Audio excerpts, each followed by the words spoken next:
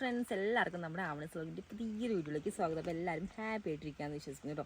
ഞാനിതാ നമ്മുടെ പണികളൊക്കെ കഴിഞ്ഞപ്പോൾ നേരിട്ട് നമ്മുടെ പറമ്പിലേക്ക് വന്നിരിക്കുകയാണ്. അപ്പോൾ നമ്മുടെ പറമ്പിൽ ഇപ്പോൾ നമ്മുടെ ഏലത്തിൻ്റെ പണികളാട്ടോ മെയിനായിട്ട് നടന്നുകൊണ്ടിരിക്കുന്നത്. നമ്മുടെ നവംബർ മാസത്തെ നമ്മുടെ ഏലം പരിപാലനങ്ങളാട്ടോ നടന്നുകൊണ്ടിരിക്കുന്നത്. അപ്പോൾ ഏലത്തിന് വളമൊക്കെ കൊടുക്കുന്ന ഒരു ടൈമാണ്. അപ്പോൾ വളം കൊടുക്കുന്നതിന് മുന്നായിട്ട് നമ്മൾ ഏലത്തിൻ്റെ ആ ഒരു നന്നായിട്ട് ഇപ്പോൾ പഴയ സംഭവങ്ങളൊക്കെ ഉണ്ടാവില്ല, പഴയ ഇതുപോലത്തെ ഇലകളായാലും അതുപോലെ തന്നെ മുറിച്ച് കളയാനുള്ള തട്ടകളും അങ്ങനെ എല്ലാം ഒന്ന് ക്ലിയർ ചെയ്ത് നമ്മുടെ ഏലത്തട്ടയൊക്കെ നല്ല രീതിയിൽ തന്നെ ഒരുക്കി സെറ്റാക്കിയിരിക്കണം. അതേപോലെ തന്നെ ഒരു ട്രിപ്പ് മരുന്നും അടിച്ച് നല്ല അടിപൊളിയാക്കി നിർത്തിയിരിക്കണം. അപ്പോൾ നമ്മൾ അടുത്ത ഘട്ടം വളം തുടങ്ങിയിരിക്കണം. അപ്പോൾ നമ്മളിപ്പോൾ ഇട്ട് കൊടുക്കുന്ന വളം ഏതൊക്കെയാണെന്ന് വെച്ചാൽ വേപ്പിൻ പിണ്ണാക്ക്, അതേപോലെ തന്നെ എല്ലുപൊടി, രാജ്പൂസ്, 10-26 മഗ്നീഷ്യം. അപ്പോൾ ഇതെല്ലാം കൂടെ മിക്സ് ചെയ്തിട്ടുള്ള വളമാണ് നമ്മൾ ചെയ്യുന്നത്. അപ്പോൾ ഇതെങ്ങനെയാണ് കാര്യങ്ങളൊക്കെ നമുക്ക് നോക്കാം. അപ്പോൾ എന്തായാലും ഇന്നിപ്പോൾ ക്ലൈമറ്റ് നമുക്ക് അനുകൂലമായിട്ടുള്ളൊരു ക്ലൈമറ്റാണ്. കാരണം ഒരുപാട് അങ്ങനെ വെയിലുമില്ല, എന്നാൽ നല്ല മഴയുമില്ല. അപ്പോൾ നമുക്ക് വളമൊക്കെ കൊടുക്കാൻ പറ്റിയൊരു ക്ലൈമറ്റാണിന്ന്. നമ്മളിപ്പോൾ നവംബർ മാസം നമ്മുടെ കൃഷി രീതികൾ എങ്ങനെയൊക്കെയാണ് നമുക്ക് ഇന്നത്തെ വീഡിയോയിലൂടെ കാണാം കേട്ടോ.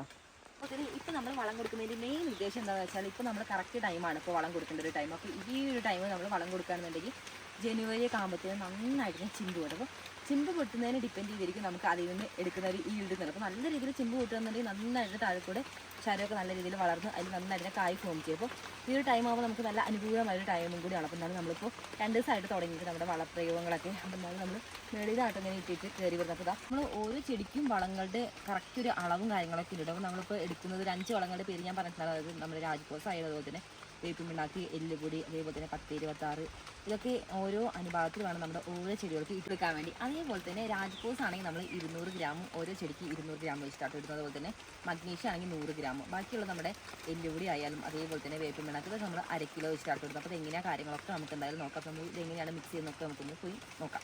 എന്നിട്ട് നമ്മൾ മിക്സ് ചെയ്തിട്ട് വീട്ടിൽ നിന്ന് എടുത്തിട്ടുള്ള വളം കേട്ടോ, നമ്മൾ പറഞ്ഞിട്ടുള്ള 5 വളങ്ങളോട് കറക്റ്റായിട്ടുള്ള ഒരു അനുപാതത്തിൽ മിക്സ് ചെയ്തിട്ട് നമ്മൾ ഒരു 3/4 ചാക്കോളം കൊടുത്തിട്ടുണ്ടായിരുന്നു. ബാക്കി നമ്മളിപ്പോൾ ഈ ഒരു ലെവലായിട്ട് ഇപ്പോൾ ഇട്ടിട്ട് എന്തായാലും എനിക്ക് നമ്മളിപ്പോൾ ഓൾറെഡി വളം ചെയ്തതാണ് കേട്ടോ. അപ്പോൾ നമ്മളിപ്പോൾ ഇതിന് 1.5 കിലോ വീതായിട്ട് ഇട്ടിട്ടുള്ളത്. അതായത് നമ്മളിപ്പോൾ പറഞ്ഞിട്ടുള്ള എല്ലാ വളങ്ങളും കൂടി ഒരു 1.5 കിലോ ഉണ്ട്. അപ്പോൾ ഈ ഒരു ലെവലിലുള്ള നമ്മുടെ ചെടികളൊക്കെ നമ്മൾ ആ ഒരു ലെവലിലാണ് ഇട്ട് കൊടുത്തിട്ടുള്ളത്. അത് നോക്കി കഴിഞ്ഞിട്ടുണ്ടായാൽ നമുക്ക് ജനുവരി ആകുമ്പോഴത്തേക്ക് നല്ല രീതിയിൽ ചിമ്പൊക്കെ പൊട്ടി നല്ല അടിപൊളിയായിട്ട് നമ്മുടെ ചെടിയൊക്കെ ഉഷാറായിട്ട് വരട്ടെ അല്ലേ. ഇപ്പോൾ ഓൾറെഡി നമ്മൾ വളങ്ങളൊക്കെ ചെയ്താണ്. അപ്പോൾ നമുക്കിതിൻ്റെ വെള്ളത്തിൽ കുറച്ച് മണ്ണിട്ട് കൊടുക്കാം.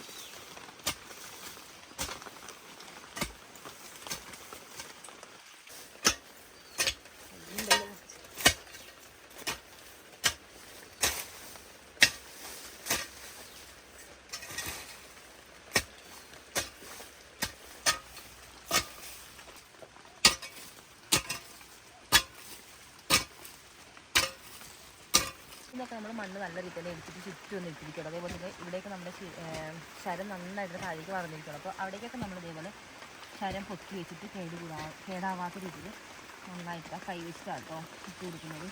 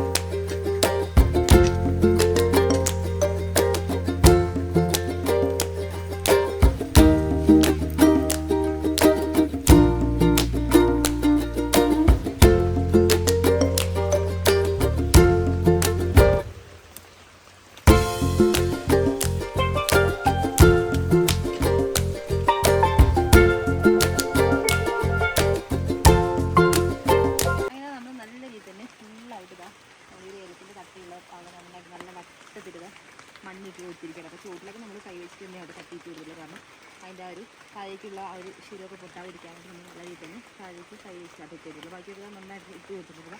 ഫുള്ള് റൗണ്ടിൽ നമുക്ക് ഈ ഒരു മണ്ണിട്ട് കൊടുത്തതിൻ്റെ മേലെ കൂടെ ചപ്പ് ഇട്ട് കൊടുക്കാം. അപ്പോൾ ചപ്പ് നമുക്ക് ഇവിടെ തന്നെ ഉണ്ട് ഓൾറെഡി. നമുക്ക് നല്ല ഉണങ്ങിയ ചപ്പ് ഇട്ടുള്ളത് കൊണ്ട് തന്നെ നമുക്ക് ചുറ്റും നന്നായിട്ട് ചപ്പിട്ട് കൊടുക്കാം.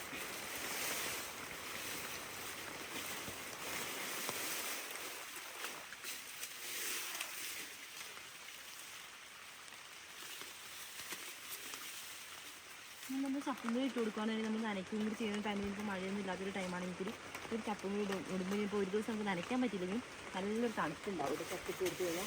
എന്നാൽ നല്ല രീതിയിൽ തന്നെ വേരൊക്കെ പൊട്ടാണ് ഹെൽപ്പ് ചെയ്യുന്നത്. നമ്മളിതുപോലെ മണ്ണിട്ട് കൊടുക്കുന്നതിലൂടെ മണ്ണിൻ്റെതിലാണല്ലോ നല്ല രീതിയിൽ വേറെ അടിയിൽ കിട്ടുന്നത്. ഇതുപോലെ മണ്ണൊക്കെ കൊടുക്കുമ്പോൾ നമ്മുടെ ഏലത്തിന് നല്ല അടിപൊളി തന്നെയാണ്. അപ്പോൾ പുറത്ത് നല്ല രീതിയിൽ മഴ പെയ്ത് തുടങ്ങിയിട്ടുണ്ട്. പക്ഷെ നമുക്ക് ഇവിടെ നിൽക്കുമ്പോൾ മഴയുടെ എഫക്റ്റോ കാര്യങ്ങളോ ഒന്നും അറിയില്ല കേട്ടോ. കാരണം അത് വെള്ളത്തിൽ, അതായത് ഈ ഏലത്തിൻ്റെ തട്ടുകളിലേക്ക് ഇതിൻ്റെ ഇലകളൊക്കെ ഉണ്ടല്ലോ, അപ്പോൾ അതിലേക്ക് ഇങ്ങനെ വെള്ളം വീഴുന്ന സൗണ്ട് നന്നായിട്ട് കേൾക്കാം. പക്ഷെ നമുക്ക് നനയോ കാര്യങ്ങളൊന്നും ഇല്ല. കാരണം ഒരു ഡിസ്റ്റൻസ്, ചെറിയൊരു ഡിസ്റ്റൻസ് ഇട്ട് നമ്മൾ ഫുള്ള് ഇവിടെ ഇല വെച്ചുകൊണ്ട് നമ്മളങ്ങനെ നമുക്കൊരു കൂടാരത്തിൻ്റെ സെറ്റപ്പ് ആയിട്ട് അങ്ങനെ മഴ വെയിൽ കാര്യങ്ങളൊന്നും നമുക്ക് ഇവിടെ വന്നാൽ എടുക്കില്ല. അതായത് എത്ര വേനൽക്കാലമായാലും നമുക്ക് വെയിലും ഉണ്ടാവില്ല. നല്ല മഴയാണെങ്കിൽ നമുക്ക് നല്ല ടൂസിന് മഴ പെയ്താൽ നമുക്ക് ചെറിയൊരു മഴയുടെ ഇതൊക്കെ അറിയുന്നാലും വലിയ കുഴപ്പമൊന്നും ഇല്ല കേട്ടോ. അപ്പോൾ പുറത്ത് മഴ പെയ്യുന്നത് പക്ഷെ നമ്മൾ നനയുന്നില്ല കേട്ടോ. ഇത് ചോട്ടിൽ നിൽക്കുന്നതുകൊണ്ട് തന്നെ. അപ്പോൾ നമുക്ക് ചുറ്റും നല്ല രീതിയിലൊന്ന് കത്തിച്ച് കൊടുക്കട്ടെ.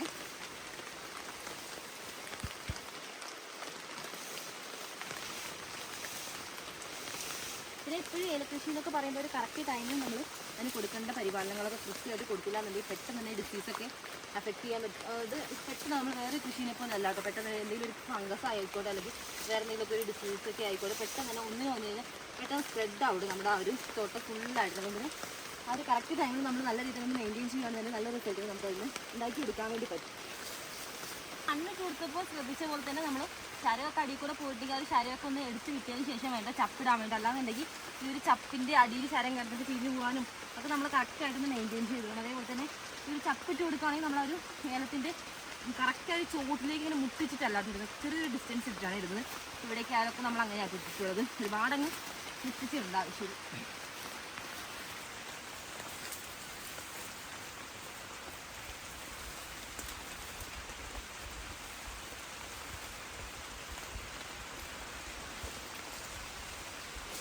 മഴ എന്തായാലും ഇതോ നല്ല ഫോഴ്സായി തുടങ്ങിയിട്ടുണ്ട് കേട്ടോ.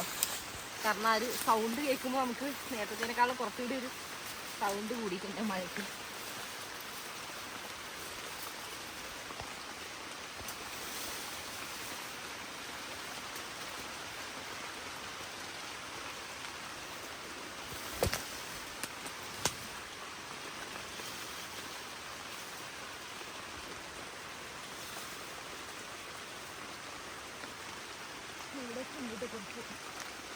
കുറച്ച് അരയൊക്കെ നമ്മൾ എടുത്ത് വെള്ളയ്ക്ക് പൊക്കി മാറ്റി വെച്ചതിന് ശേഷമാണ് ഇപ്പോൾ കത്തിച്ച് കൊടുത്തിട്ടുള്ളത്.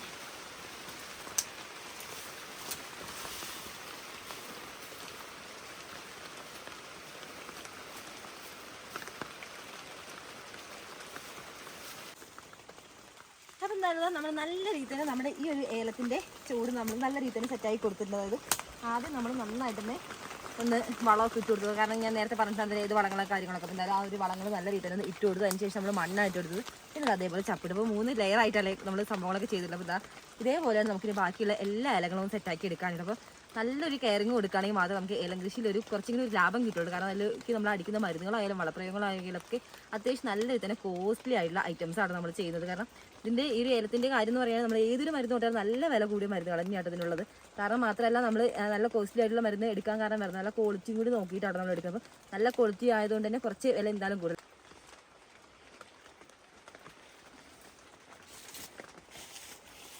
അങ്ങനെ എന്തായാലും നമ്മളിതാ ഇത്രയും ഒന്ന് നല്ല രീതിയിൽ ഒന്ന് കംപ്ലീറ്റ് ചെയ്തിട്ടുണ്ട്. നമുക്ക് ബാക്കി കുറേ ചെയ്യാനുണ്ട്. അതേപോലെ തന്നെ നമ്മുടെ ചേച്ചിമാർ താഴെ നമ്മുടെ ബാക്കിയുള്ള ഏലത്തിൻ്റെ തൈകളൊക്കെ നന്നായിട്ട് ഒരുക്കി വിടുന്നുണ്ട്. അപ്പോൾ ആദ്യം മേളിൽ നിന്ന് ഇങ്ങനെ താഴേക്ക് ഇറങ്ങുകയാണ് ചെയ്തത്. കാരണം നമ്മുടെ പറമ്പ് എന്ന് പറയുന്ന ഈ ഒരു ഭാഗം നല്ല രീതിയിൽ തന്നെ താഴേക്ക് കുത്തുകയാണ്. അതുകൊണ്ട് തന്നെ മേളിൽ നിന്ന് ഇങ്ങനെ താഴേക്ക് പണി ചെയ്ത് ഇറങ്ങാൻ നമുക്ക് കുറച്ചുകൂടി സൗകര്യമുണ്ട്. അപ്പോൾ മേളിൽ നിന്ന് ഇങ്ങനെ നമ്മുടെ ഏലത്തിൻ്റെ ചോടൊക്കെ ഒരുക്കി വന്നതിന് അനുസരിച്ചാണ് നമ്മളിപ്പോൾ വളങ്ങളോ കാര്യങ്ങളൊക്കെ ചെയ്ത് കൊടുത്തിട്ടുള്ളത്. അപ്പോൾ എന്തായാലും ബാക്കി ഇതാ ചേച്ചിമാരോടെ ചെയ്തുകൊണ്ടിരിക്കണം. എന്തായാലും നമ്മളെന്തായാലും നമ്മുടെ പണി ബാക്കി ചെയ്യട്ടെ. കാരണം മഴ ഇനി നല്ല ശക്തിയാവുന്നതിന് മുന്നേ നമ്മളെന്തായാലും എടുത്തിട്ടുള്ള ആ ഒരു വളങ്ങൾ ഫുള്ളൊന്ന് തന്നെ ഇട്ട് കൊടുക്കണം. അപ്പോൾ എന്തായാലും നമ്മുടെ ഇന്നത്തെ വീഡിയോ ഒരുപാട് പേർക്ക് ഇഷ്ടപ്പെട്ടിട്ടുണ്ടാവും വിചാരിക്കുന്നത്. അതേപോലെ തന്നെ വീഡിയോ ഒരുപാട് പേർക്ക് യൂസ്ഫുൾ ആവുന്നുണ്ടെന്നൊക്കെ ഉണ്ടെങ്കിൽ നമ്മുടെ ചാനലൊക്കെ ഒന്ന് കയറി ചെക്ക് ചെയ്തതിന് ശേഷം നമ്മുടെ വീഡിയോസ് നിങ്ങൾക്ക് ഇഷ്ടപ്പെടുന്നുണ്ടെങ്കിൽ മാത്രം ഒന്ന് സബ്സ്ക്രൈബ് ചെയ്ത് സപ്പോർട്ട് ചെയ്യാനും കൂടി മറക്കല്ലേ. അതേപോലെ തന്നെ തൊട്ടടുത്തൊരു ബെല്ലൈക്കൺ കൂടി ഉണ്ട്. എന്തായാലും ഒന്ന് എനേബിൾ ചെയ്യാൻ മറന്നു പോകില്ല കേട്ടോ. നല്ല തണുപ്പായിട്ട് ഇപ്പോൾ അതുപോലെ തന്നെ നല്ല രീതിയിൽ കോടയൊന്നും ഇറങ്ങി തുടങ്ങി. ഇപ്പോൾ നമുക്ക് ചുറ്റുകളൊന്നും കാണാൻ പറ്റുന്ന അവസ്ഥയാട്ടോ. താഴേക്കൊക്കെ നോക്കുമ്പോൾ ഫുള്ളൊരു പുകമയാണ്. അപ്പോൾ നമുക്ക് എന്തായാലും നെക്സ്റ്റ് വിശേഷങ്ങളൊക്കെ ആയിട്ട് അടുത്ത വീഡിയോയിലൂടെ കാണുന്നത്. ബൈ.